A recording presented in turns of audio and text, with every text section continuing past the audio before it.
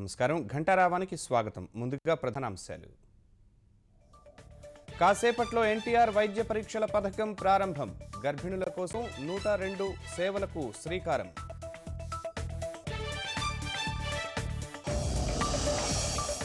నేతన్న రుణాల రద్దు జాబితా రూపకల్పనకు కమిటీ.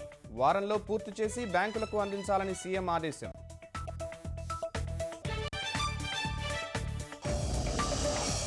రాష్ట్రంలో ఈ పాస్ విధానంపై కేరళ ఆసక్తి. అమలు తీరును తెలుసుకుంటున్న అధికారులు.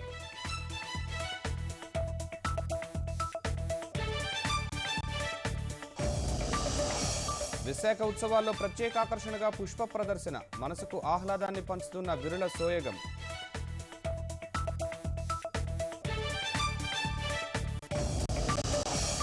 తీవ్ర ఊగిసలాట తర్వాత తేరుకున్న స్టాక్ మార్కెట్లు. స్వల్ప లాభాలు నమోదు చేసిన సెన్సెక్స్.